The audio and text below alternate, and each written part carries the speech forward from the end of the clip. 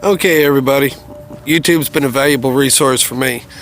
So you've got a mid 90s to early 2000s F150.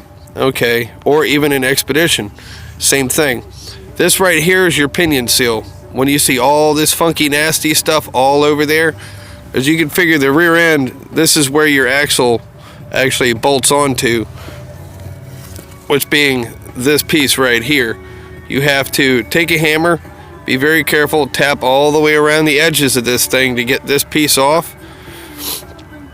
And then when you get under there, you'll see your pinion seal. This is the old crusty one that had to go to the trash because, well, we see why. Okay.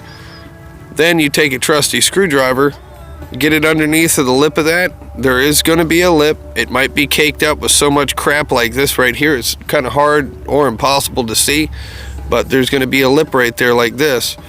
Take your hammer, go around the edges like this with your hammer, tap your screwdriver, slowly all the way around to get it off. And then slowly you'll get it to that point where you can actually turn your screwdriver at an angle as you're going around, sit there, start to pry it off. And I actually got it with this little cheap Lowe's screwdriver. That thing cost me like $1.50, maybe $1 or something. I went and finally I was just able to just pluck this old funky one clean up off the top. There's nothing to it. When it's mounted on the vehicle, yes, it is a little bit harder, but it's still doable. So I hope this video helped you guys. So if they ever see, any type of, leaking going on, pay attention. It's going to be from the very front of your freaking rear axle, and it's going to be bleeding out this way.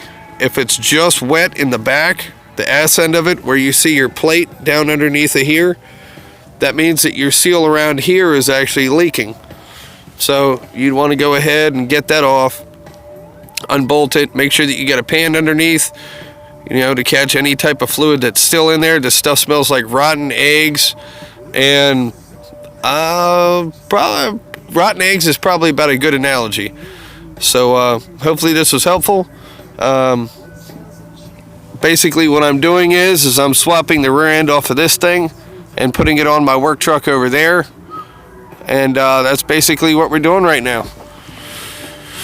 So yeah, that's pretty much how that goes.